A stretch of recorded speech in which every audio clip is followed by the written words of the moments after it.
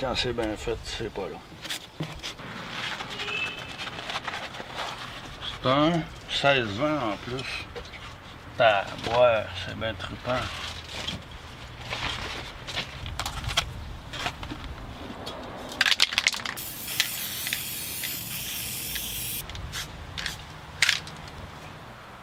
Ouais.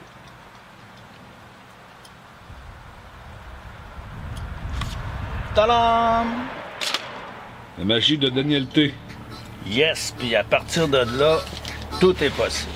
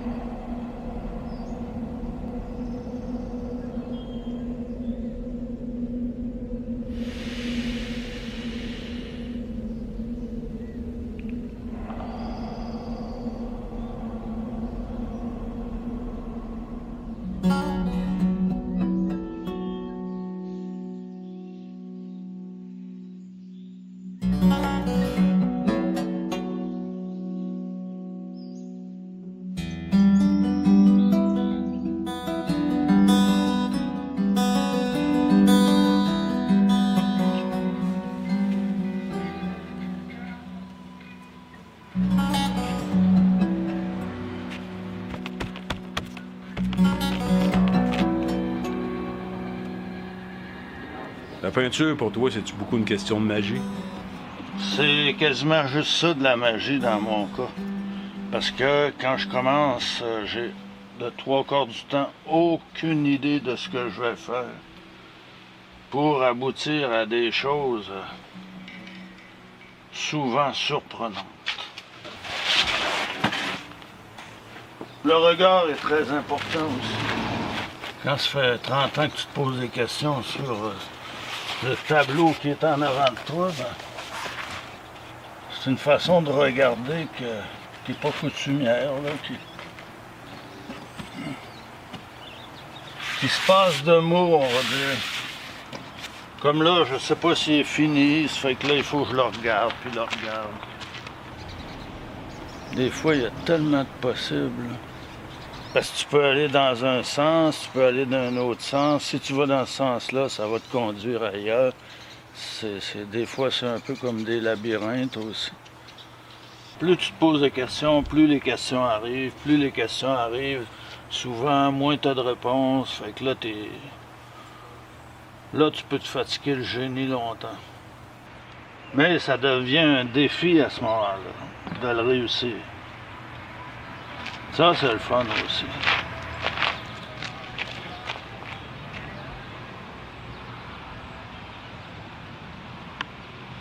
Es-tu satisfait de ton tableau?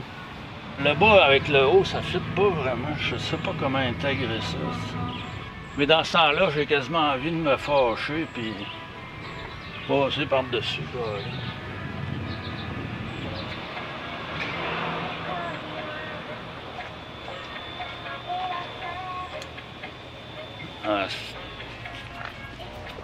Ah non, on va l'avoir. Je vais me battre jusqu'au temps que je l'aie, le calpel. Ah, c'est une classe.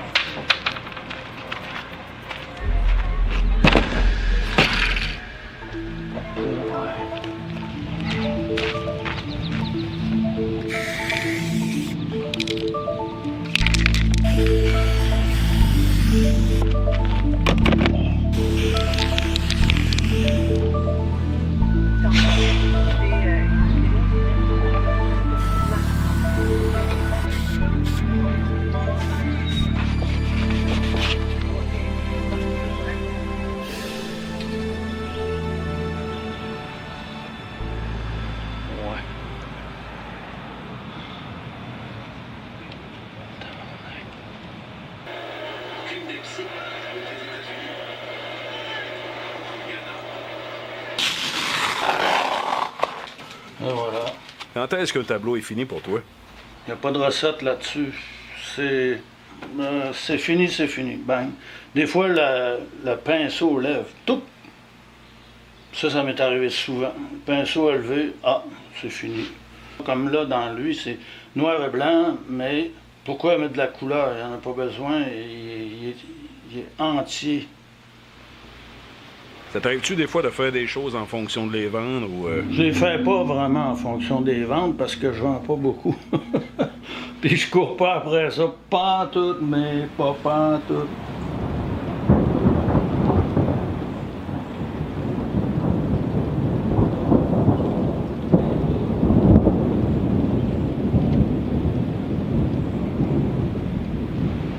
Comment ça se fait que tu as ce besoin-là permanent de créer? C'est une maudite bonne question.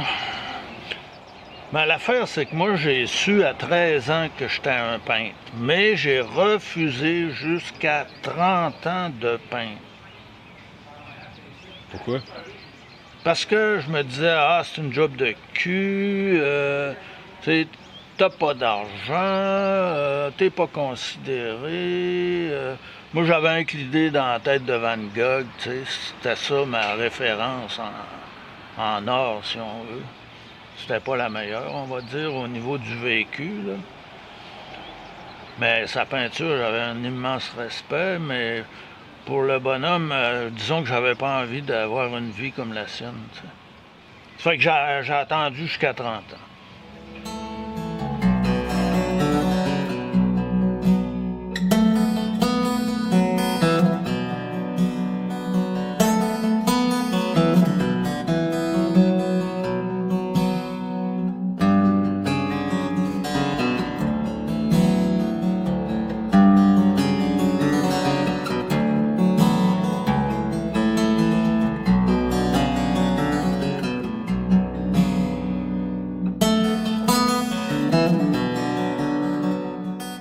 Donné, je revenais d'Europe, puis là, je venais de voir plein de grands musées, puis plein de grandes affaires de tableaux avec cœur, hein, tout le kit.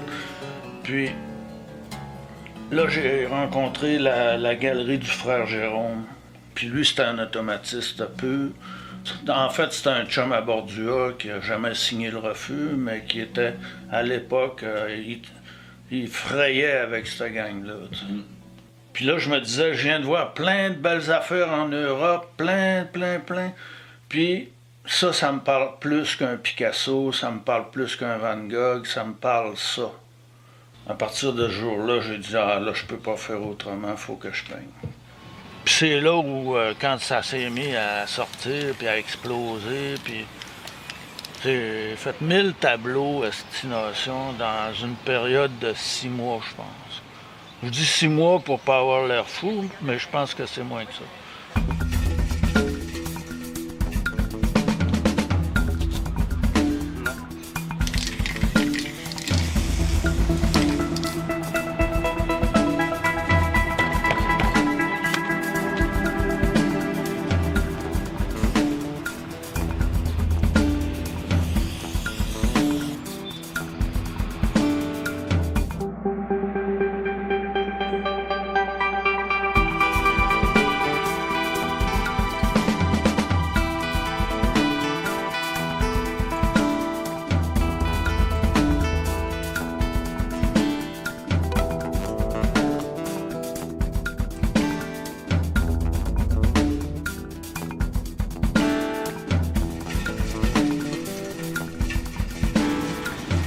Hey Daniel, tu pourrais-tu me parler de ce tableau-là qui est accroché sur le mur de ton appart?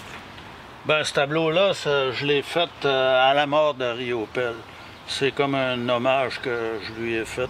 Et pourquoi faire un tableau en hommage à Riopelle?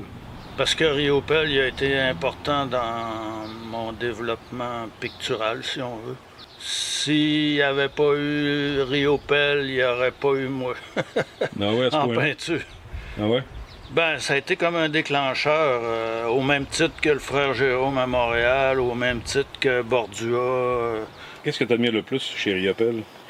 Beaucoup ces années 50. C'est là où j'ai vraiment compris qu'on pouvait s'amuser en peinture. La liberté du mouvement, là, est là. Puis c'est comme si c'était une eau miroitante avec plein de couleurs dessus. Si jamais tu avais rencontré Riopelle, qu'est-ce que tu aurais aimé dire? J'aurais aimé ça lui dire que j'aimais sa liberté, que j'aimais ça, quelqu'un qui répond pas aux conventions.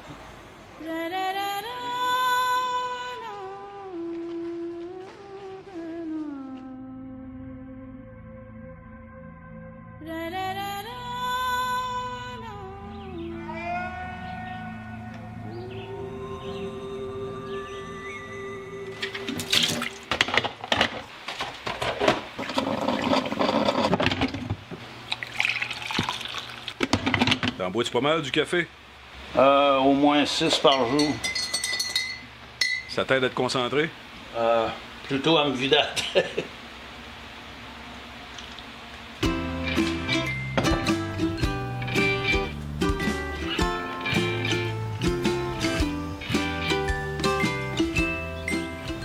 J'aime bien travailler sur le thème des enfants de l'enfance, garde.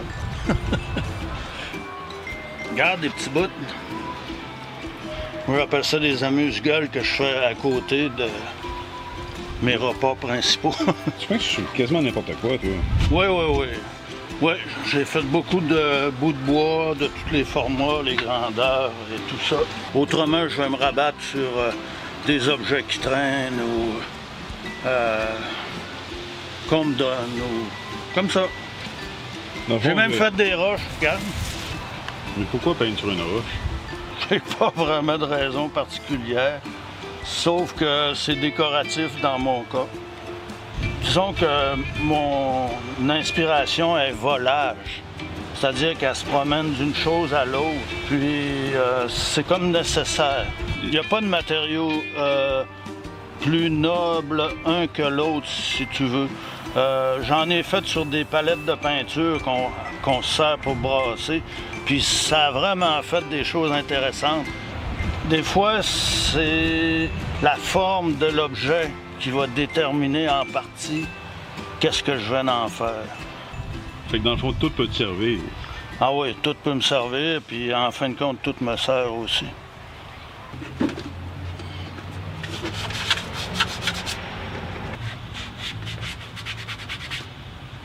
Le beau, ça peut être le laid. C'est ça qui est bizarre, parce que tu peux exprimer quelque chose de laid, mais en même temps qui a une force d'évocation suffisante pour rendre ça vrai.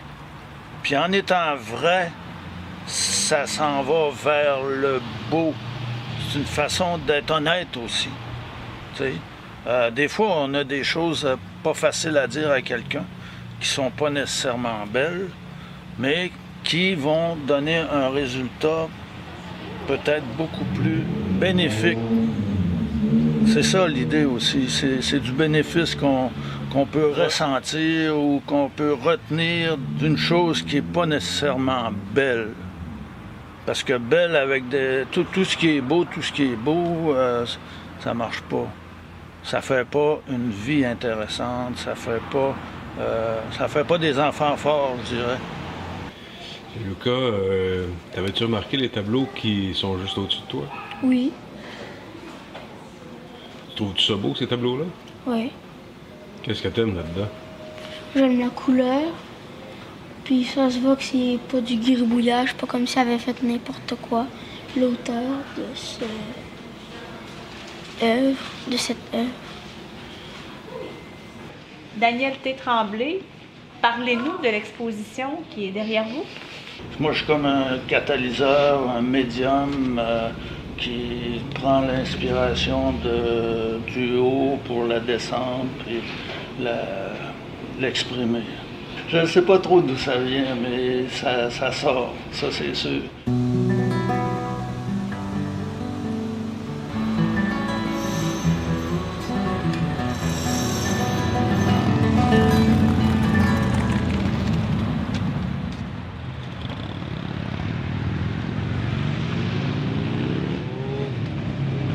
À un moment donné, je m'en venais par ici, puis j'ai vu ça. Puis là, j'ai dit, hostie le beau tableau que je peux faire avec ça. Je vais faire une toile qui va faire la même dimension, qui va être toute colorée. Toute cette partie-là va être noire. Qu'est-ce que ça t'évoque, cette forme-là? Ça m'évoque la grandeur des choses, ça m'évoque le soleil. C'est déjà pas mal. C'est la vie.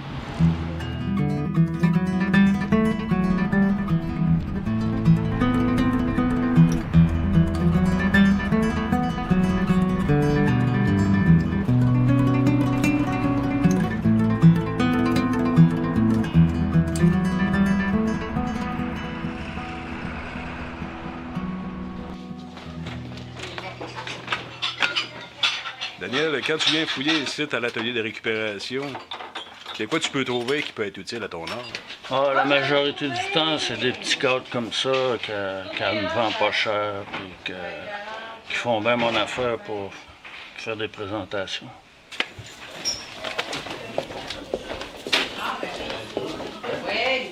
Ah, OK, c'est un bouchon. C'est ça, appris? Non. Daniel, tu le vois-tu souvent, ça? Quand même, Dan, c'est un habitué. Ah oui? Il a la bonne habitude de venir faire un tour. Ouais, c'est vrai. Il a pris cette bonne habitude-là. Merci beaucoup. Merci à toi.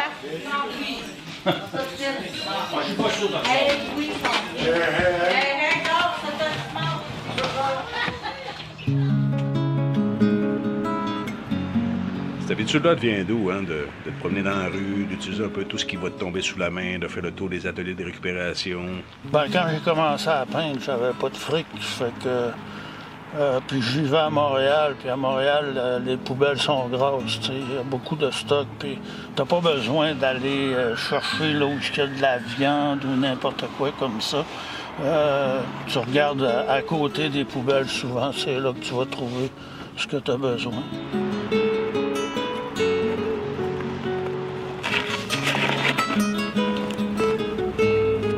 Tous ceux-là qui se débarrassent de leurs affaires, qui considèrent que ça vaut plus rien, toi, t'es là pour leur redonner une nouvelle vie. Ben, moi, je suis content de ça, parce que ça me permet de pouvoir trouver des choses que je vais utiliser puis que je vais peindre. Ça peut être un bout de bois, ça peut être une table comme je viens de trouver, 2 tables. Hey, ça, c'est génial. J'adore les cercles. Ça me permet de faire des tableaux qu'on voit pas habituellement. Donc, j'imagine que ça a quand même influencé ton travail en bout de ligne. Ah oui, ça c'est clair. Puis c'est comme ça que j'ai développé, si on veut, mes techniques, à savoir utiliser beaucoup le spray avec des éléments qu'on met sur une toile, puis qu'après on spray. J'ai beaucoup développé aussi la technique avec les étampes, des étampes que je fais moi-même la majorité du temps, ou qui sont déjà prêtes d'avance. C'est tel que tel. Mais tu fais-tu encore des poubelles aujourd'hui? C'est-à-dire que j'essaye de ne pas en faire parce que ma maison est pleine déjà, puis mon cabanon est plein, puis j'ai plus d'espace, j'ai plus de place. Ça fait qu'il faut que je me discipline à ce niveau-là, autrement j'en ramasserai, c'est sûr. Ben, c'est une belle petite patine, pas authentique. En tout cas, là, je t'ai laissé la même la vieille serrure avec la vieille poignée après. Ben oui, en plus. Fait que comme ça, ben, je sais pas, ça va être intéressant de faire quelque chose avec le... On va voir ça. Non, non, attendez. Regarde la côté. Hein? Et voilà. OK, ouais.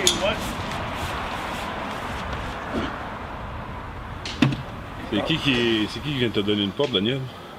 C'est mon voisin Larry. C'est pas la première d'ailleurs qu'il me donne, c'est la 4e. Puis il me dit qu'il allait m'en donner d'autres parce qu'il change toutes les portes dans la maison. Là, je fais des rénovations beaucoup dans notre nouvelle maison. Ouais. Puis à chaque fois que j'ai des matériaux qui peuvent être utiles pour lui, pour son art ou quoi que ce soit, ben, je lui demande s'il en a besoin, puis ça me fait plaisir. Si jamais tu en as besoin d'autres, j'en ai d'autres. Ouais. Si je sais pas, dans ton expo ou quoi que ce soit, là. J'en ai qui sont mobiles en plastique. Ah oui, je les ai vus. Tu trouves pas ça bizarre, un gars qui utilise des déchets, des pots? Ben, c'est le contraire, ben, c'est loin d'être bizarre. Là. Ça sort de l'ordinaire, c'est innovateur, c'est parfait. C'est ce qu'il faut. Il faut savoir prendre tout ce qu'on a dans notre environnement pour essayer de faire quelque chose qui fait en sorte qu'on réutilise, que ça soit pour de l'art, que ça soit pour de la bouffe, que ça soit pour la nature, que ça soit pour n'importe quoi dans la vie, le linge, n'importe quoi dans les friperies. Je trouve ça génial. Et tant mieux que c'est pour l'art parce que j'adore ça.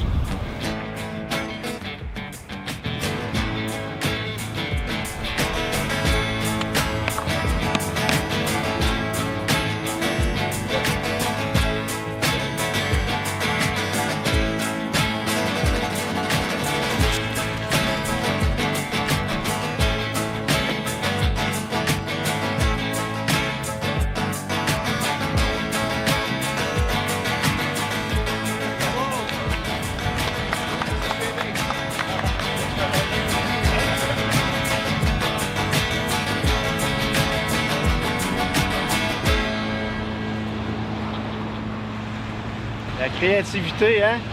Ça sort de partout. Puis, qu'est-ce que t'en penses de ce qu'il vient de faire? Ben, je trouve ça inspirant, je trouve ça créatif. Je trouve qu'avec pas grand-chose, on peut faire des belles grandes choses.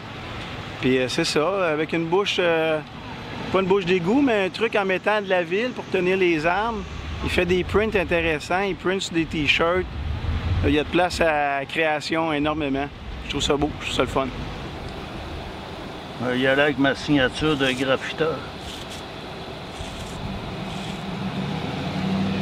Et voilà.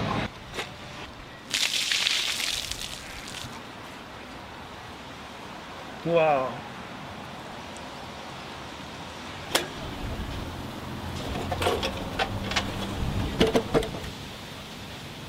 T'étais écœuré du gris de ta boîte à mal?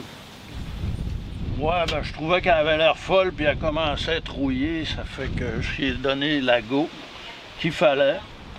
Et voilà. Pour que ça ait l'air de chez moi. C'est chez moi. Le spray, c'est tellement capoté, là, ça permet tout de suite, pouf, t'as une idée, tu l'as fait. C'est réglé. Bang! Ça a dû me prendre 1 heure faire ça. C'est toujours l'idée qu'on part de rien, puis là, on se met à travailler une chose, on se met à l'aimer aussi. OK, je suis parti de ça, qui était de cette couleur-là, je l'ai toute faite noire. Et puis, voici le résultat final. Et voilà. Il y a des hosties de belles couleurs là-dessus. La couleur, moi j'en mange la couleur. Sous mes yeux, là, il hallucine. Tu fais comme Van Gogh, tu vas finir par en manger pour vrai. Ça m'est déjà arrivé. Comment ça? Ben, j'ai déjà été pas mal plus extravagant en peinture. J'étais un peu délirant, on va dire. Puis j'en ai mangé pour le fun. De toute façon, quand j'allais manger, j'avais les mains pleines, puis ça me dérangeait pas. De l'acrylique ou de l'huile? Non, de l'acrylique, là. C'est quand même meilleur pour la santé un peu. Oui, c'est meilleur, puis ça sent moins aussi. C'est bien beau manger de la peinture, mais ça t'arrive-tu de prendre le temps de manger des fois? Ah, ça m'arrive, sois pas inquiète. Dans ce temps-là, tu vas faire ton épicerie à quel endroit? À recette. La recette, c'est quoi ça? C'est un endroit pour les personnes à faible revenu. Tu fais combien d'épiceries par mois en général? En général, j'en fais 4. Une par semaine. Puis je suis chanceux, j'ai des chums qui m'aident à ce niveau-là, qui me donnent un lift quand j'en ai besoin.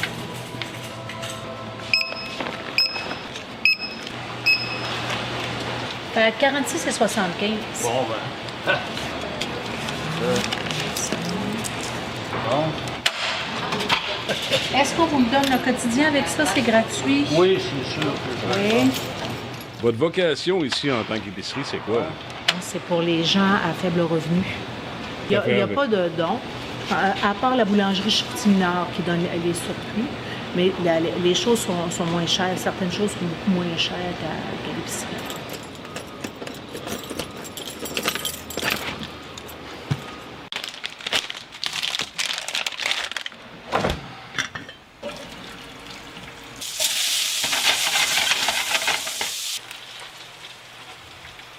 T'aimes-tu ça cuisiner? oui, c'est correct. Mais je fais souvent les mêmes choses, par exemple. Les nouilles. Je mange des nouilles.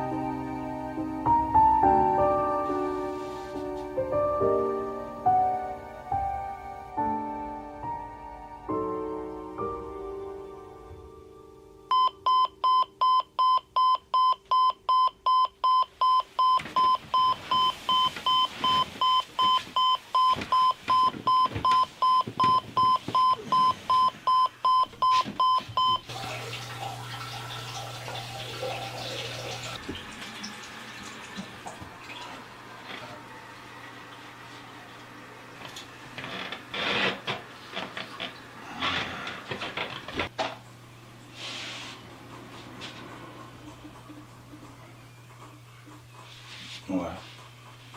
Ça veut pas dire que c'est bon.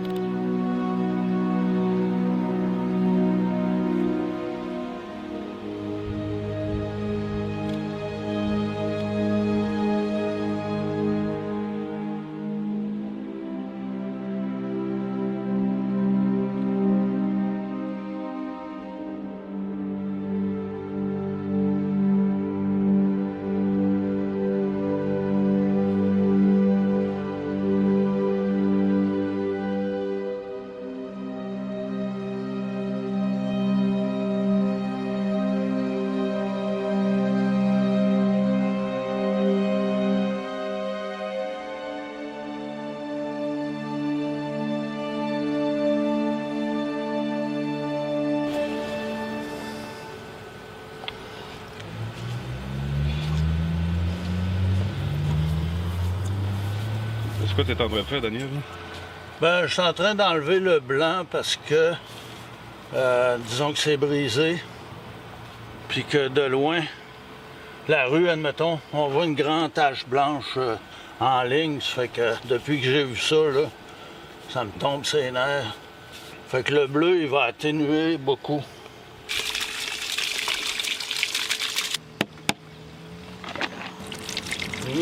Cette œuvre-là, dans quel contexte que tu l'as faite?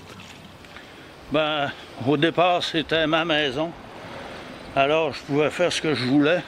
C'était ta maison ici? Tu restais ici? Oui. J'avais eu un héritage, puis j'en avais profité pour acheter ici. Puis j'étais avec ma femme pendant un bout. Puis après, je suis tombé malade. Puis après, là, j'ai comme changé d'environnement. OK, mais c'est en quelle année environ que tu as fait ça? J'ai fait ça en 2002. Ça a dû me prendre, je sais pas, une couple de semaines, quelque chose comme ça. C'est tout fait au spray. Il n'y a pas un coup de pinceau, je pense. Je voulais représenter de ce côté-là les Autochtones.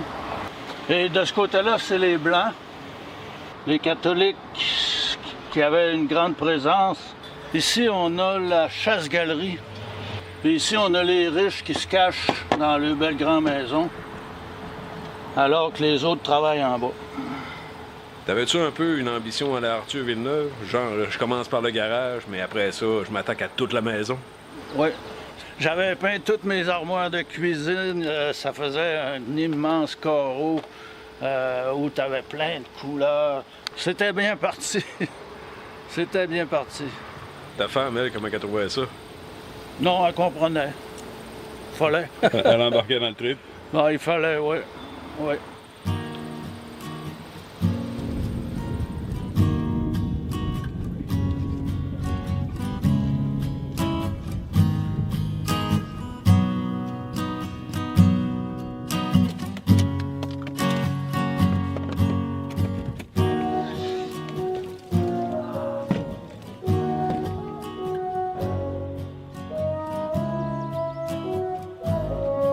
Caroline, toi, tu as été la conjointe de Daniel pendant quand même un bout. Mais quand tu vivais avec, comment vous partagiez votre temps? À un moment donné, on a eu un atelier ensemble, là, Planète au cube, sur la rue Bossé. Puis ça allait quand même parce qu'on partageait un peu les tâches. Tu sais, il allait garder l'atelier et tout. Non, il y avait quand même un bon partage de tâches. Tu sais. À un moment donné, j'ai commencé à travailler, par exemple, à Tremplin. Là, c'était peut-être un peu plus difficile. Là, il peignait. Jusque tard, même le soir. Même l'hiver, je me gelais les mains, j'avais pas de chauffage, mais je peignais pareil. Il n'y avait rien pour m'en empêcher. Je pouvais peindre pendant 12 heures par jour. Je mangeais pas des masses, je me nourrissais au café. Puis je dormais pas des tonnes non plus. C'était comme une boulimique. J'en mangeais, puis j'en mangeais tout le temps. Puis cette porte de garage-là, tu l'as fait dans ce contexte-là? Oui. Je faisais ça le jour, puis je faisais des tableaux le soir. Quand Daniel était plus arrêtable côté peinture, ça pouvait ressembler à quoi? Ça ressemblait à plus de salon, parce que le salon est envahi par les tableaux, les pots de peinture, les pochoirs, tous les objets divers, les plantes. Là, le bordel. Incroyable. La ville, ils ont fait une mise en demeure parce que ça n'avait pas de sens, là. Tout le terrain est entrepris, là, mais pas à peu près, là, tu sais. Je sortais des bureaux, je peignais les bureaux. Toute la pelouse était comme encombrée, puis c'était pas nécessairement beau, tu sais, parce que c'était un bordel, c'est tout. Pendant ce temps-là, ben, autour de lui, tout se dégradait, puis à un moment donné, ben, ça finit par la réalité est revenue par revenir en pleine face, si on veut. Puis ce qui a vraiment fait chavirer Daniel, c'est quand il a préparé son grand tableau pour les Journées mondiales catholiques chrétiennes à Toronto.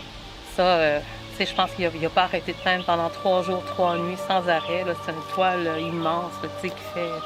Je pense que ça fait 30 pieds de long. C'est un grand rouleau. Ça ça a été son coup de grâce.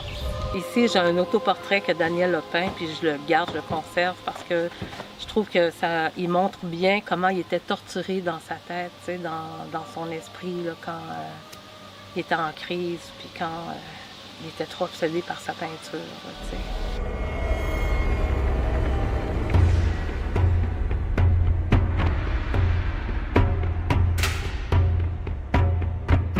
J'ai dérapé, là. Ben ouais, j'étais comme... j'étais plus là, j'étais à terre, j'étais défaite, j'étais faible, Je regardais ce gars-là, j'ai dit tabarnak, il est bien sauté, tu sais. Mais c'était moi, tu sais. Il était comme hanté dans son esprit par plein de choses. Fait qu'il était plus avec nous, là.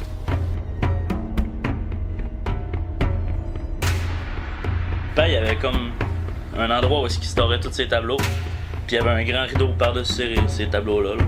Quand il se fâchait avec ma mère ou ben qui pétait une taque, ben moi je m'en allais tout le temps me cacher en arrière du rideau. Il est venu me reconduire une fois au boulot, puis là, il voulait repartir avec Jérôme dans l'auto, puis j'ai fait non, là, ça va pas, là, je te le laisse pas, là, tu sais, t'es pas là. Puis là, il a pitché tout. Et là, à un moment donné, je me fâche contre l'ordi. Ça fait que là, je le pogne à Steve. Puis là, je le garoche par la baie vitrée, tu sais. Le pire, c'est qu'il n'a pas traversé. Ça fait que là, je l'ai repris. Puis là, j'ai donné plus de force. Puis là, la vitre a pété. Puis là, oui, puis là, moi, j'ai voulu l'arrêter. Fait que là, il a voulu me frapper. On s'est bousculé. Je dirais que les choses, plus ça allait loin, là, moins j'avais le contrôle. Puis là, mon fils plus vieux, il a pris une poêle à frire en fonte, puis il l'a sonné. Oui. Ça a fait comme OK. Puis là, ben, les policiers sont venus, puis là, ben, ça l'a déclenché le processus de vous avez besoin d'aide un peu. À vrai dire, ils m'ont amené à l'hôpital. Après ça, là, ils m'ont fait stabiliser, comme ils disent. Puis après, ils m'ont amené en prison. Puis là, j'ai passé une nuit en prison avant d'aller à la cour. Ça fait que là, toute la nuit, je criais « Sortez-moi d'ici! Sortez-moi d'ici! » Toute la nuit. Puis là, le matin, on s'en va pour embarquer dans le fourgon. Puis là, les gars, quand ils ont su que c'était moi qui avais crié toute la nuit, ils voulaient me tuer. Ils ont dit « Tabarnak, c'est toi qui as crié toute la nuit, t'as pas d'allure, tu sais. » Ça fait que j'étais pas gros dans mes souliers, tu sais. Après ça, je me suis ramassé à l'hôpital parce que là, autant j'avais grimpé, là, autant j'étais tombé, là, j'avais plus d'énergie. Je me demande si j'étais encore vraiment capable de prendre soin de moi là, à ce moment-là. Ah ouais, j'ai eu besoin d'aide parce que tout seul, je m'en sortais pas. Là.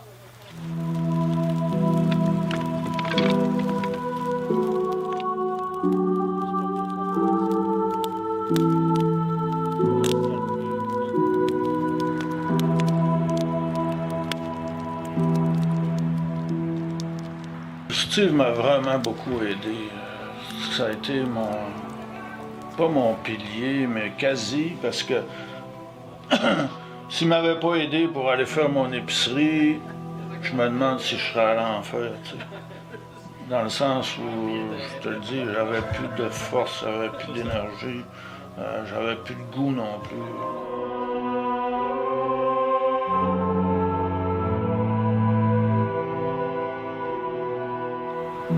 Mais là, après ça, qu'est-ce qu'il a fait?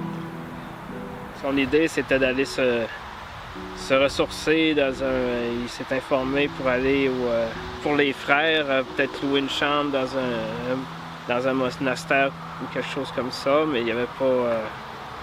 ça y avait été refusé. Après ça, ben là, c'est là qu'il a pensé à Germain, qui restait tranquille sur l'île d'Orléans. Daniel ne l'avait pas averti rien, on est arrivé chez eux un coup de vent, Daniel encore sur un high. Puis moi, je commençais une relation avec une dame. Alors, j'étais obligé de lui faire comprendre que, regarde, Daniel, ça se peut pas, là. Qu'est-ce qui se pouvait pas? Ben, qu'il demeure chez nous, là. parce qu'il s'en venait, la voiture était pleine, linge et puis plein de matériel d'artistes. Là.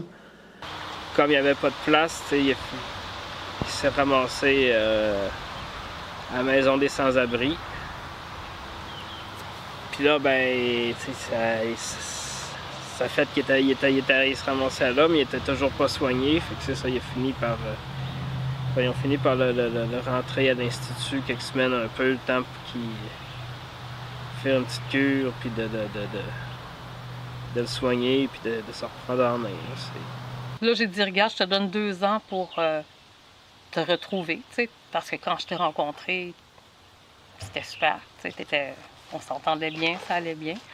Puis après 1 an et demi, il m'a dit qu'il était pas capable. Tu sais, ça l'a comme fragilisé quelque chose, je pense, même au niveau mental, là, tu sais, au niveau des médicaments ou je sais pas quoi, là. J'ai été 4 ans en dépression. Ah oui? Ouais. Puis là, je peignais pas beaucoup. J'étais comme... J'étais pas mal légume, on va dire.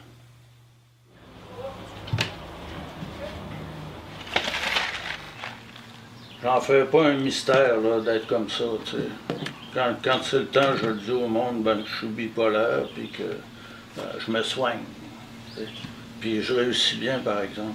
Parce que depuis 2003, là, je suis comme réglé, tu sais. J'ai pas refait de folie, puis j'ai pas refait de dépression. J'ai commencé à ramasser mes trucs pour faire un tableau. Puis je vais te montrer ce que ça peut donner. Et c'est quoi ça fait là que t'as dans les mains? Un 10 piles, je sais pas en français comment ça s'appelle. Pour mettre des pilules? Ouais, c'est pour mettre des pilules, puis regarde. J'en ai fait 3 à date comme ça. Ça, c'est des pilules que je prends pas, que j'oublie ou... Celui-là, c'est autoportrait aux pilules.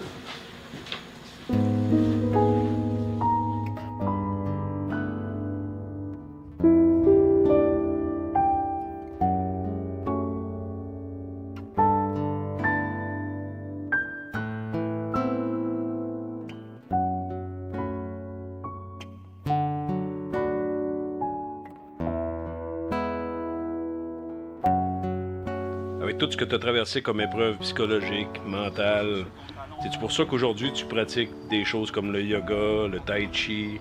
Oui, c'est une façon d'avoir une certaine discipline à la base, tu sais. Dire je vais à mon cours, je vais à mon cours, je vais à mon cours, il fait pas beau, j'y vais pareil. Tu sais, ça me tente pas trop, j'y vais pareil. C'est à peu près la seule discipline que j'ai en exigence dans la vie. Puis ça fait du bien physiquement, moralement. Ouais. Fait que le yoga, ben c'est pas, on n'a pas un but à atteindre, on n'a pas un objectif précis. On veut vraiment se donner des outils pour être dans le moment présent, simplement. Puis c'est le moment présent qui fait le travail sur nous, c'est pas le yoga comme tel. Le yoga, c'est un outil. C'est un outil fantastique. On pourrait avoir un ego qui nous dit « Ouais, je vais l'avoir, je vais l'avoir ». Les gars, des fois, on a plus ça, surtout quand on est jeune et en forme. L'important, c'est pas vraiment la performance. Par contre, le fait de ne pas vouloir atteindre la performance fait qu'on l'atteint. C'est ça qui est étrange. C'est ça le yoga, c'est ça la méditation pleine conscience, c'est ça le moment présent.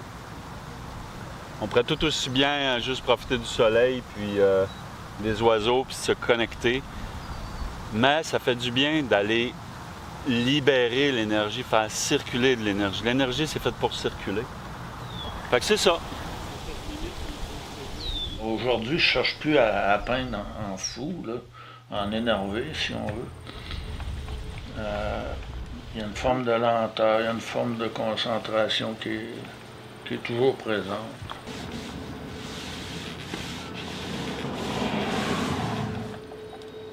Fait que là, dans le fond, c'est comme tout un pan d'histoire que tu es en train de protéger. Là. Ton histoire, mais en même temps, l'histoire du Saguenay. Oui. Puis j'aurais bien aimé ça que la ville le ramasse ou la pulperie. Mais j'ai jamais eu d'approche, même quand j'étais ici.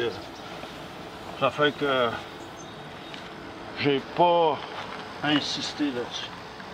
Peut-être qu'un jour, ta porte va se ramasser au musée à côté. Ben, j'aimerais bien ça, mais ils font mieux de se dépêcher. Parce que là, c'est sûrement la dernière fois qu'elle va être vernie. Mais c'était le temps. Puis je pense que ça vaut encore la peine.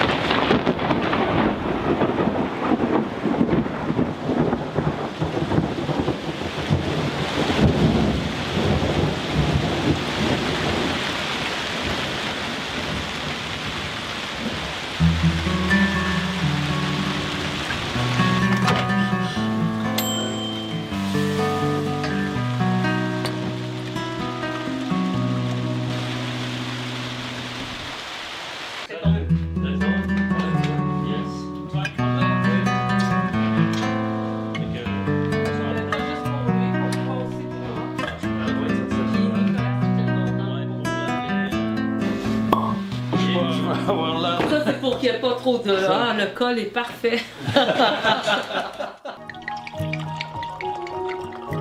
L'intention, c'est le geste, hein?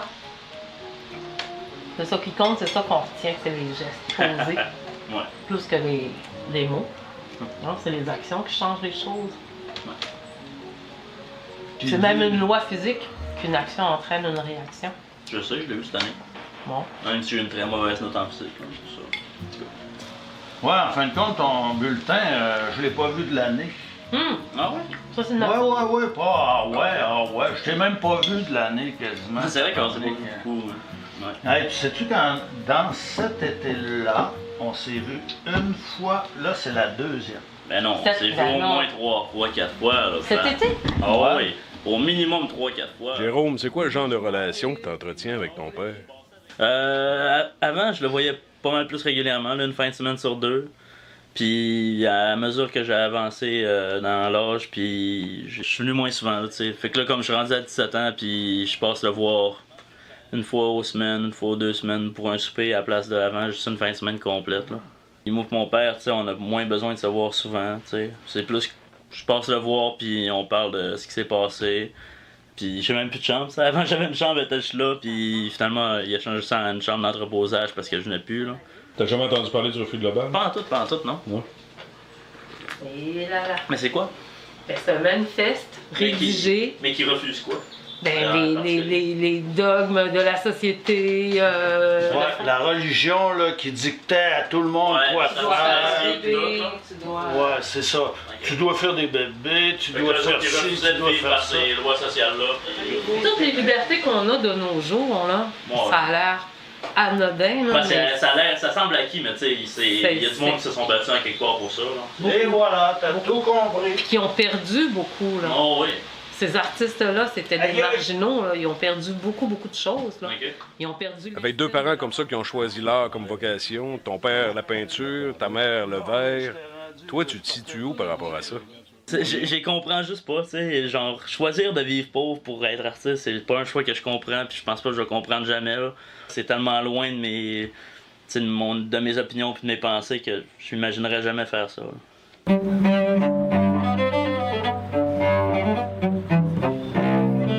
J'en déduis que pour toi, l'art, c'est peut-être pas la chose la plus importante dans ta vie. Là. Pas vraiment une personne d'art, tu sais, je trouve que, sans vouloir être méchant avec tous les artistes dehors, là, je trouve que c'est une industrie qui est en train de mourir puis qui est plus nécessaire tant que ça, là.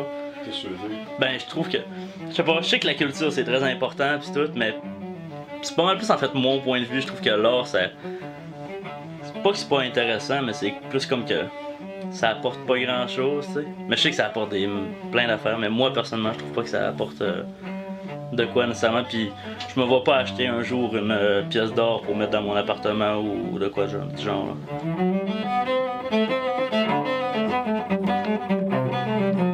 C'est tous les genres de choses que les artistes sont pas reconnus pour, là, ben, tu sais, comme l'argent. Moi, je suis vraiment pro-argent. Je sais que plus tard, je veux faire un job qui va faire beaucoup d'argent, puis c'est ça, là. On est vraiment différents sur ce point-là. Là.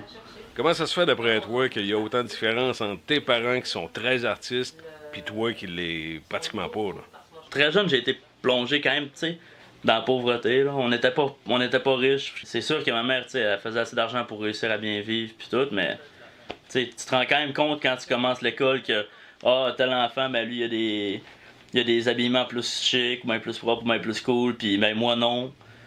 Puis lui est allé en voyage, mais moi j'ai jamais été en voyage, puis c'est tous des trucs que je me suis rendu compte quand j'étais jeune, puis ça m'a juste fait rendre compte que l'argent c'est quand même ce qui run le monde. T'sais, on peut dire ce qu'on voudra à propos de l'argent, ça c'est une vérité que qui peut pas être changée. Là.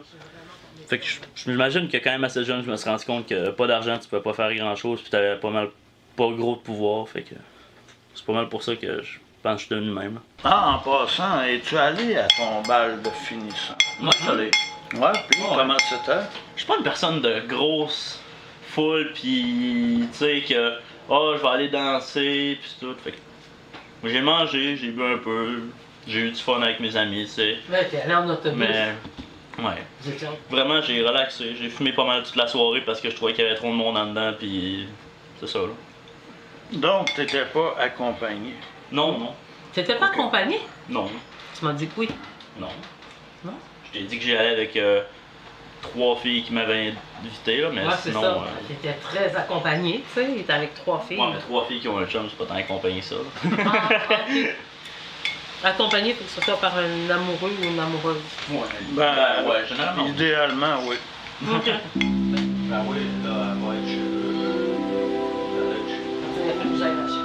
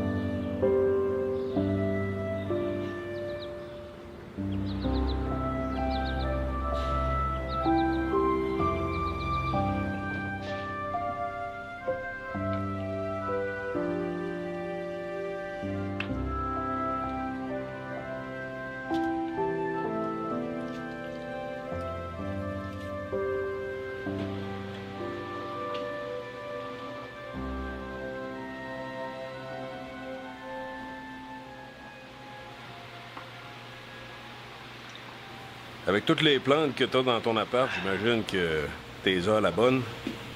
Ah oui, c'est comme des chums, tu sais.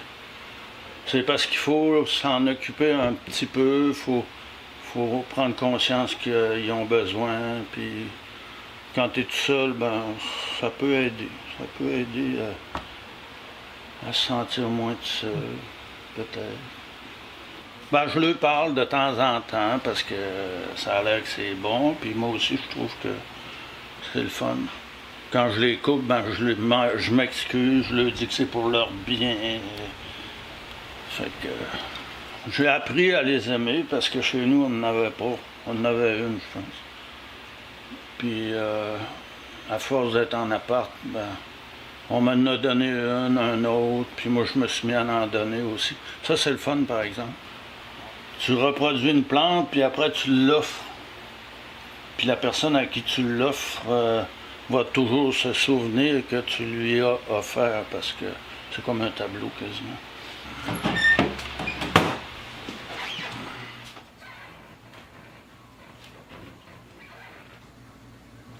T'es-tu quelqu'un qui vit beaucoup de solitude?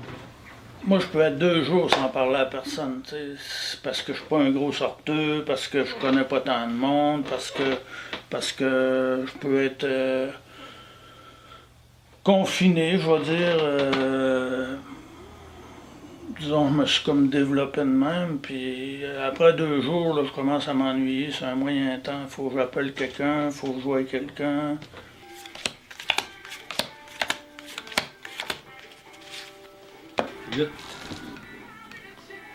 12. Un gros jeu, puis je vais me faire skunker. 10. Ça t'arrive-tu souvent de venir voir Daniel? Ah oui, quand même. Je viens faire mon tour au moins 3-4 fois semaine, puis je l'aide dans quand il y a besoin, on joue au crib, on jase, on prend des cafés. J'ai connu en 2000, on a fait le même cours, un cours d'infographie ensemble, puis c'est là que je l'ai connu, puis même dans ce temps-là, j'allais l'aider, puis prendre des photos quand il travaillait sur le doré, puis on est resté amis depuis ce temps-là. Voyons mon tabarouette.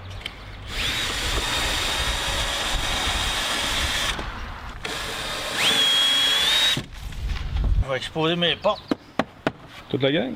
Ben, pas toutes, parce que j'en ai ben trop. Une bonne douzaine facile. Ah oui, une bonne douzaine, certain. Depuis que je le connais, jusqu'à peut-être les 5-6 dernières années, c'est un gros producteur. Mais il vendait pas, fait que ça s'accumulait, puis c'est tous des bons tableaux, puis avec le temps, avec les déménagements puis tout ça, il n'y a pas toujours la place pour mettre ça, puis moi, ben, j'avais une grande maison qui servait pas, fait que j'ai prêté une de mes chambres pour entreposer, là. En échange, ben, je me permets de m'accrocher ces murs, puis j'en change de temps en temps quand je suis tanné, là, j'en ai en masse de bord. T'as combien d'œuvres entreposées ici, approximativement? Après ça, si on compte les objets peints, je dirais qu'il y en a. Ça doit être sur le bord du 1000. J'ai des boîtes, c'est quasiment toutes des cartons 11-18. Il peut y en avoir 150 dans la boîte, puis c'est tous des bons tableaux. Voilà. Puis...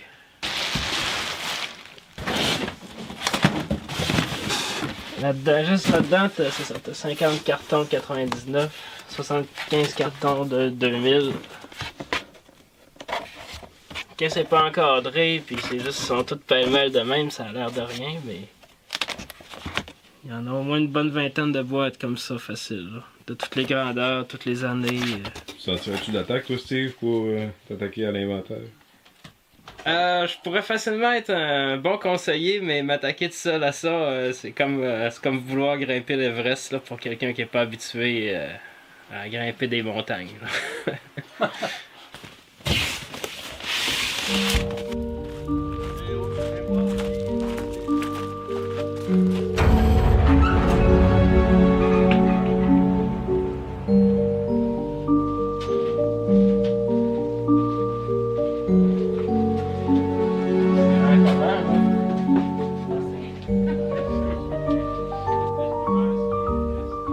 Fait que là, on est où ici, Daniel? En haut, c'est mon ancien appartement, que j'ai été là de 2003 à 2008. Puis ici, c'est un de mes chums qui a pris l'appart, puis j'ai demandé de me laisser l'espace ici, qui se trouve à être un de mes entrepôts. Tout ce qu'il y a ici, c'est avant 92, à part les portes. C'est Montréal, en fin de compte. Quand je suis déménagé de Montréal, j'ai rempli un camion avec ça.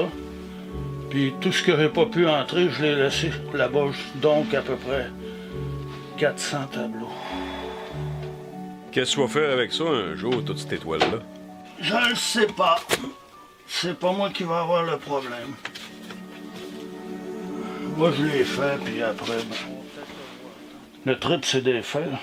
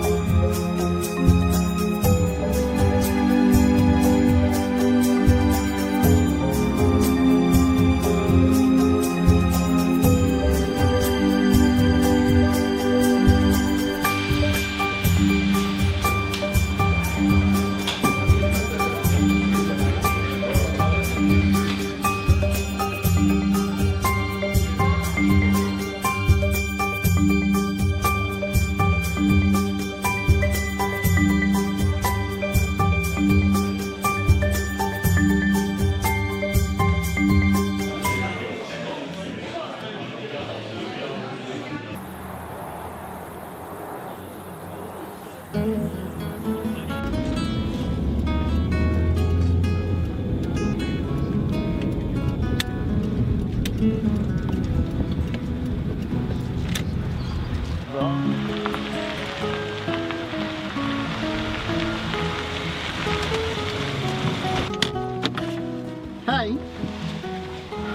T'es encore habillé en rouge. m'avais dit ça.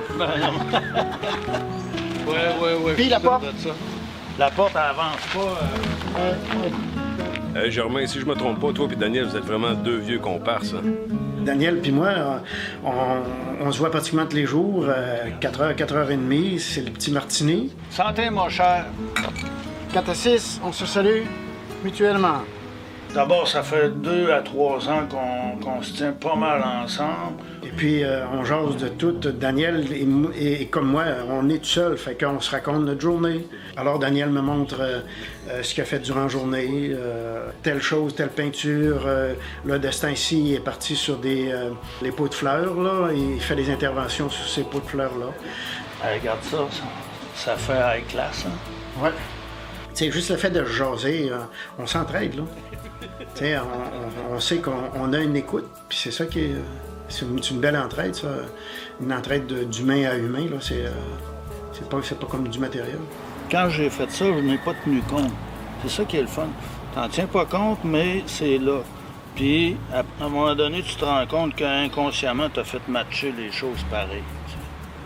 C'est une très bonne amitié, là. Puis une amitié qui est franche.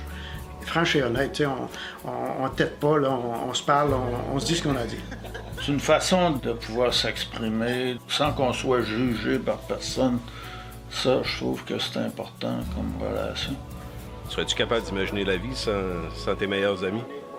Ah non, c'est impossible parce que, comme je te dis, j'en ai pas des masses. Puis c'est ma communication principale avec le monde, tu sais. Autrement, je suis pas le genre à aller vers les autres tellement, puis les autres ont vraiment pas le genre à venir me voir non plus. Puis moi, dans le fond, j'ai un peu réglé ça en peignant. Parce que quand je me suis mis à peindre, j'ai dit, je suis pas capable d'aller vers les autres, mais je suis capable de leur parler par la peinture. Puis ça a été la dynamique qui m'a toujours suivi, qui m'a toujours donné le guts de continuer, qui m'a toujours donné l'énergie nécessaire. C'était mon but, c'était de parler avec les autres, mais pas par la parole, mais par le visuel, par la représentation des choses, surtout des êtres d'ailleurs, parce que je fais beaucoup de figures, de personnages, tous différents un de l'autre, mais en général, ils sont face à toi, ils sont pas de profil, ils sont vraiment face à face.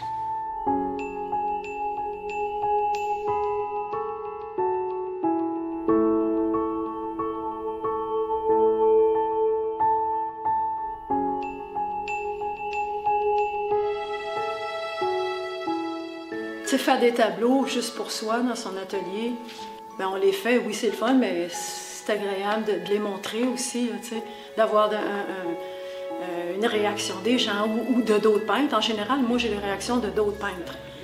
En tout cas, les gens, en général, ça passe, mais les autres peintres viennent me parler. Toutes les tâches, c'est comme un son, c'est comme un rythme, je sais pas comment le dire. J'entends pas la musique, mais je la vois, je vois le rythme. Fait que c'est ça, j'ai commencé à aller vers une liberté en faisant ça. Là, je continue, là... Mais c'est ça qu'il faut... Oui! Faut que tu te laisses aller le pinceau. Est-ce que le fait de rencontrer Daniel, ça peut influencer ta peinture? J'irai pas jusque-là, mais c'est un enrichissement. Puis en même temps, si tu rencontrais personne, ça paraîtrait sur ton moral, tu sais, puis veux pas, ça paraîtrait sur ta peinture. Je veux dire, moi, en tout cas, j'ai besoin de solitude, mais pas 100%, là, tu sais, ça serait déprimant. Tu considères-tu que Christiane, c'est une des bonnes peintres du Saguenay-Lac-Saint-Jean? Ah oui, c'est sûr et certain. Elle a beaucoup de sensibilité, de sensualité, de finesse. Puis sa couleur est vraiment intéressante. Ses poires, par exemple, elle en a fait plusieurs versions, puis à chacune des versions, on est surpris, on est touché, je dirais, étonné. Pour arriver à m'impressionner avec des poires, là, faut le faire. On est différents, on a chacun notre personnalité, on a chacun des choses qui nous attirent, tu sais. Mais c'est plaisant de pouvoir en parler puis de pouvoir aimer des choses que d'autres peintres font aussi. Il faut en apprendre, il faut en laisser, puis il faut savoir aussi avec qui on dialogue, là, tu sais. Parce que c'en est un dialogue. C'est-tu important pour toi d'échanger, de t'intéresser à ce que d'autres artistes font? Ah, c'est clair, c'est une notion, parce que c'est comme une nourriture. La personne en soi, c'est tout un univers.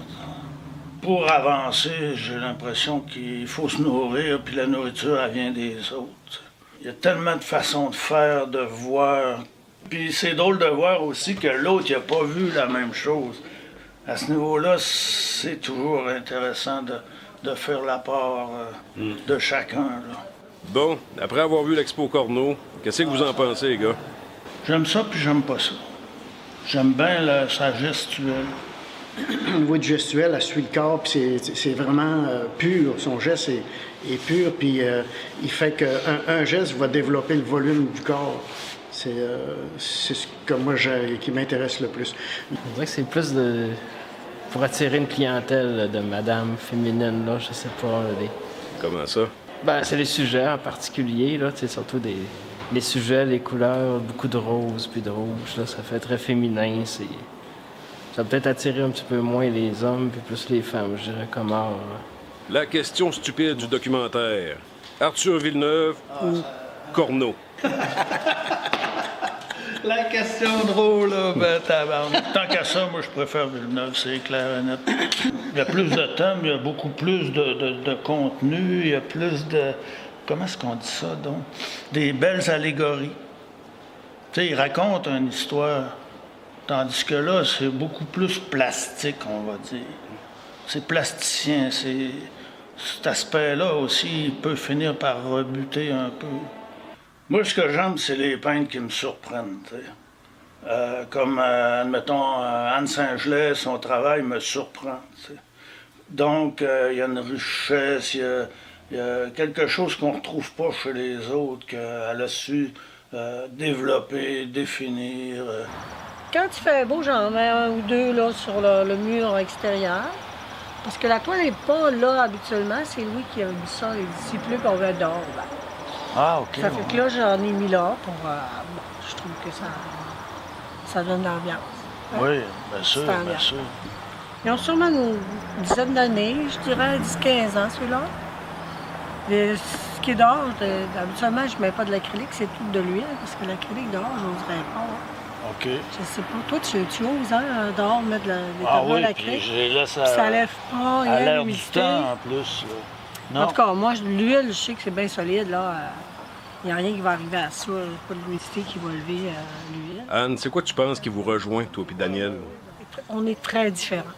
Très, très différents, mais je pense qu'on s'apprécie mutuellement, malgré tout. C'est pas là qu'est l'importance. C'est comme on se rejoint dans une espèce de sensibilité commune. Ouais.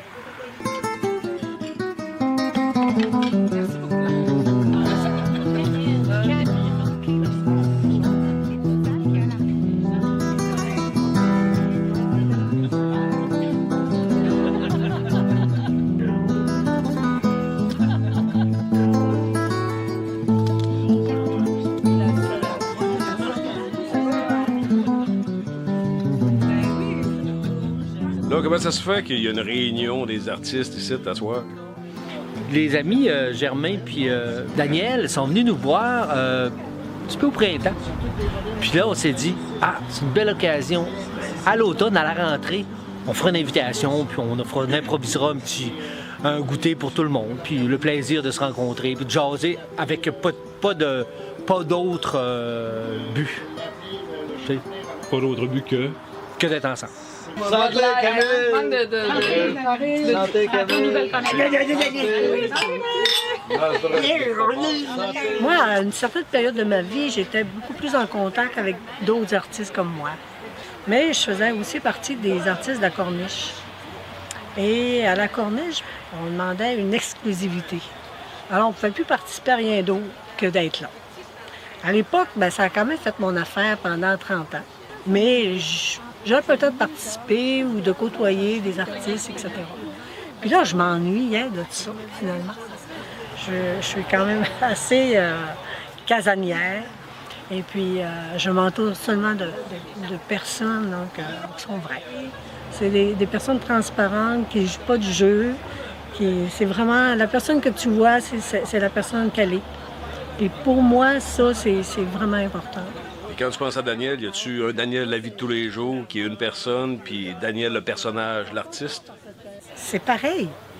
Ce qu'il est en tant que personne puis en tant qu'artiste, c'est totalement pareil. Il n'y a pas deux personnages.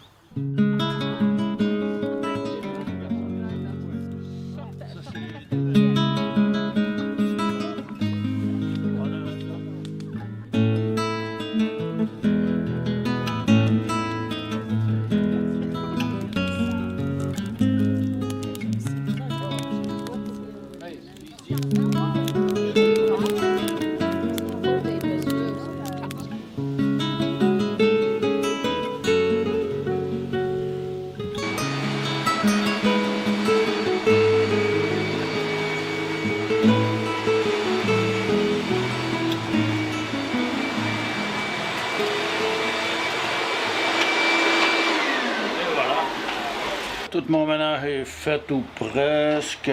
J'ai installé les choses. Ça va bien, ça va bien. Il me reste encore à soir puis demain. Je vais pouvoir peindre même avant.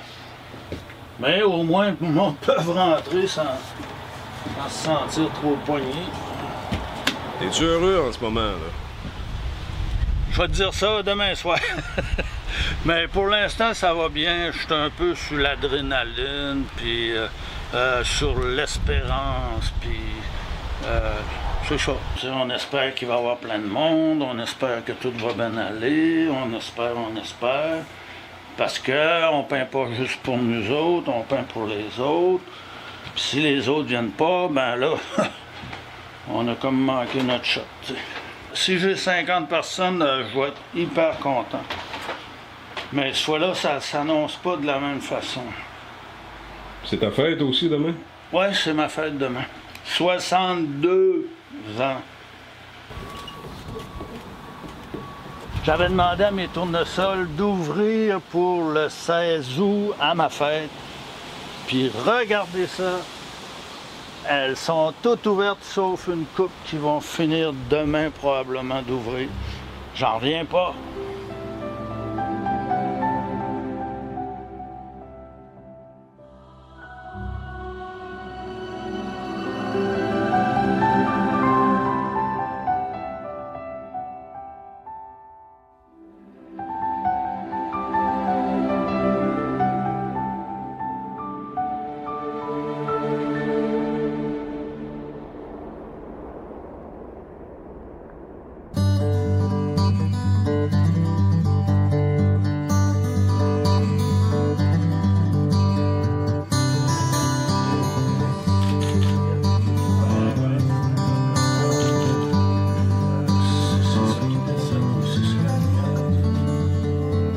À quel moment, puis pourquoi cette porte ouverte-là? Ben, je le fais à ma fête depuis que j'ai 60 ans. Là, j'ai comme établi ça pour moi-même pouvoir rencontrer les gens, puis montrer aussi à mes chums, puis aux peintres que je connais, puis me confronter à leur idée, tu sais.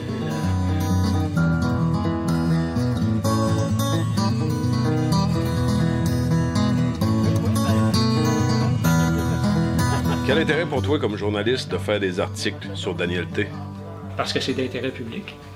Puis à un moment donné, ben, le personnage aussi finit par devenir aussi une raison de couvrir ce qu'il fait. Parce que c'est quelqu'un d'unique, c'est quelqu'un qui est engagé dans son art d'une façon presque religieuse, je dirais. C'est pas le seul, mais c'est quand même quelqu'un qui a poussé l'engagement très loin. Sa vie, c'est ça, c'est vraiment là... tout tourne autour de ça, mais d'ailleurs, il suffit de voir son appartement pour le comprendre. Et en même temps, ben, c'est quelqu'un qui est très productif aussi. C'est intéressant de voir ce qu'il fait d'une année à l'autre. Il y a toujours quelque chose de nouveau. Puis en même temps, ben, furieusement indépendant, peut-être pas totalement de son propre chiffre, mais quand même quelqu'un qui travaille par lui-même.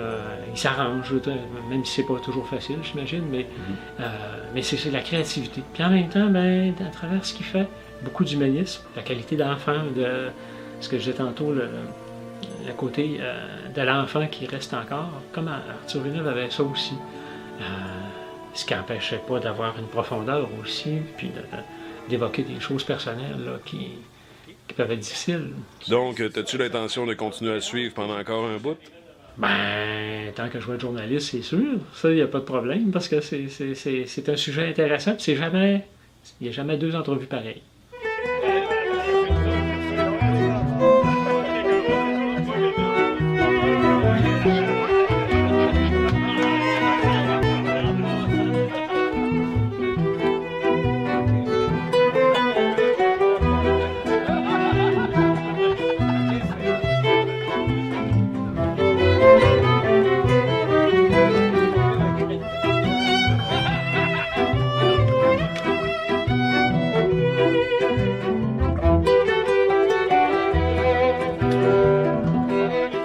Daniel, penses-tu que c'est un artiste qui peut rester dans la mémoire collective du Saguenay? Un peu comme Arthur Villeneuve est resté? Il pourrait. Tu sais, il suffit que son entourage décide de l'inscrire dans le temps. C'est tout. C'est comme ça, hein? C'est rarement l'artiste à son décès qui va dire « OK, je m'inscris ». C'est l'entourage, c'est la famille, c'est le milieu qui dit « Bon, cet artiste-là, il a été important dans notre collectivité, fait qu'on l'inscrit dans le temps, dans notre mémoire, dans notre patrimoine. » En ce moment, il est vraiment dans une bonne place dans sa vie, là. Puis je souhaite juste de pas perdre l'endroit où c'est qu'il est en ce moment. T'sais, il produit beaucoup de tableaux, il est content, les choses vont bien pour lui quand même, là, il fait plein d'expositions ces temps-ci, il y a des amis qui viennent le visiter, fait que faudrait juste genre rester dans cet état-là, puis dans ce mood-là, puis cette période-là. Je trouve que ses tableaux parlent énormément. Puis je trouve qu'il fait comme une peinture solaire. Le soleil revient souvent, puis le cercle, les formes circulaires, le rayonnement. Daniel, je suis tellement étonné de tout ce qu'il peut faire. Je suis étonné de sa créativité, de son inventivité, puis de son obsession.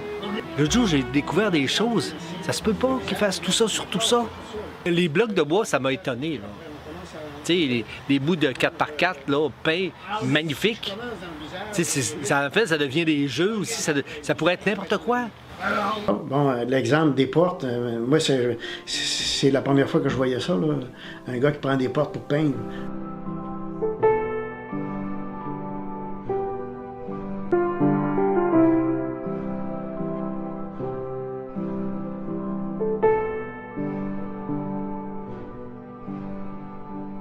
Sa démarche est vraiment unique, tu sais, moi j'en connais pas d'autres qui peignent comme Daniel, là. Je pense qu'il est très singulier dans ce qu'il fait. Il fait son travail comme personne d'autre le fait. Et puis son travail, je trouve qu'il a toujours évolué, puis ça va toujours en se raffinant, je trouve. J'admire la peinture de Daniel parce que j'ai toujours dit il y a plein de folie, de mouvement, de liberté. C'est sa vie. Il joue pas de comédie. Il fait dans ses tableaux ce qu'il est dans sa vie. C'est tous des tableaux qui parlent de sa vision des choses. C'est pas un... Je peins des fleurs parce que les fleurs, c'est beau, là, tu sais. Je vous parle de ce qui se passe sur la planète. Je vous parle de ce qui se passe dans la société. Un très, très bon artiste.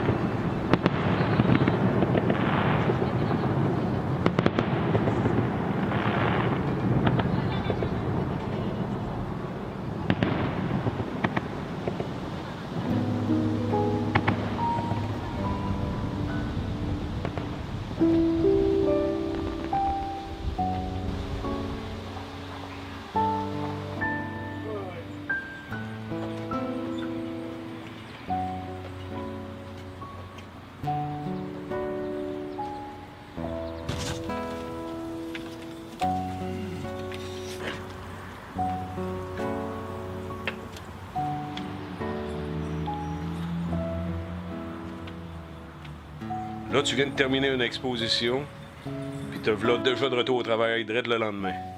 Ben, j'aime ça, peindre, moi. Si j'avais pu faire comme Picasso, j'aurais été une usine à peindre.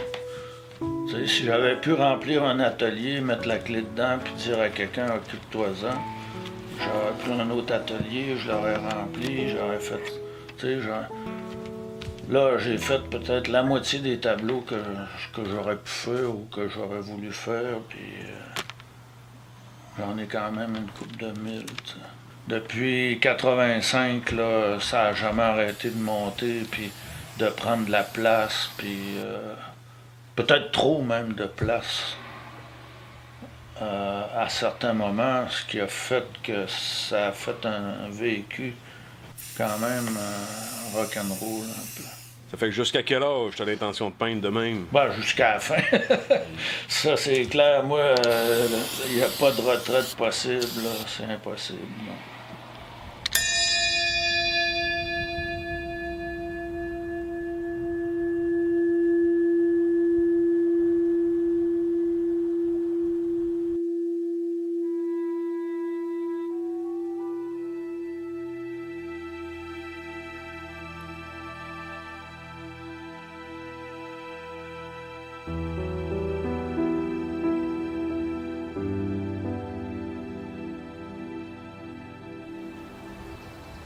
Crois-tu en Dieu, toi, Daniel? C'est compliqué. C'est compliqué dans ma tête, puis c'est compliqué dans ma vie, puis des fois oui, des fois non. Je ne sais pas. Mais j'espère qu'il y a quelque chose de plus grand que nous autres, ça c'est sûr, qui nous réunit. En tout cas, en attendant, au moins, on a l'art qui nous réunit.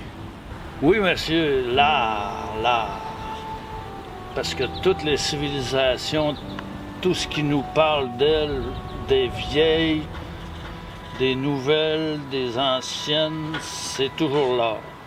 Si on n'avait pas la musique, on peut dire que la vie, elle serait pas mal plus dull. Tu sais, puis là, on dit la musique, mais après, on peut penser au théâtre, la danse, tout ce qui est visuel, c'est incroyable.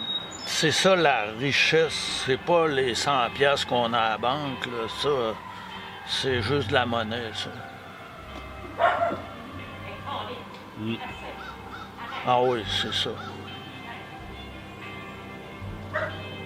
Moi, je me sens très riche parce qu'avec tout ce que j'ai dans mon appart, là,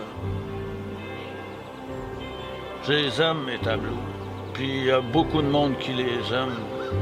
Puis quand tu réalises ça, puis quand les gens te le disent, puis que c'est vrai, t'es riche, tu sais. T'as pas besoin d'avoir un Lamborghini ou... T'as pas besoin d'avoir ça.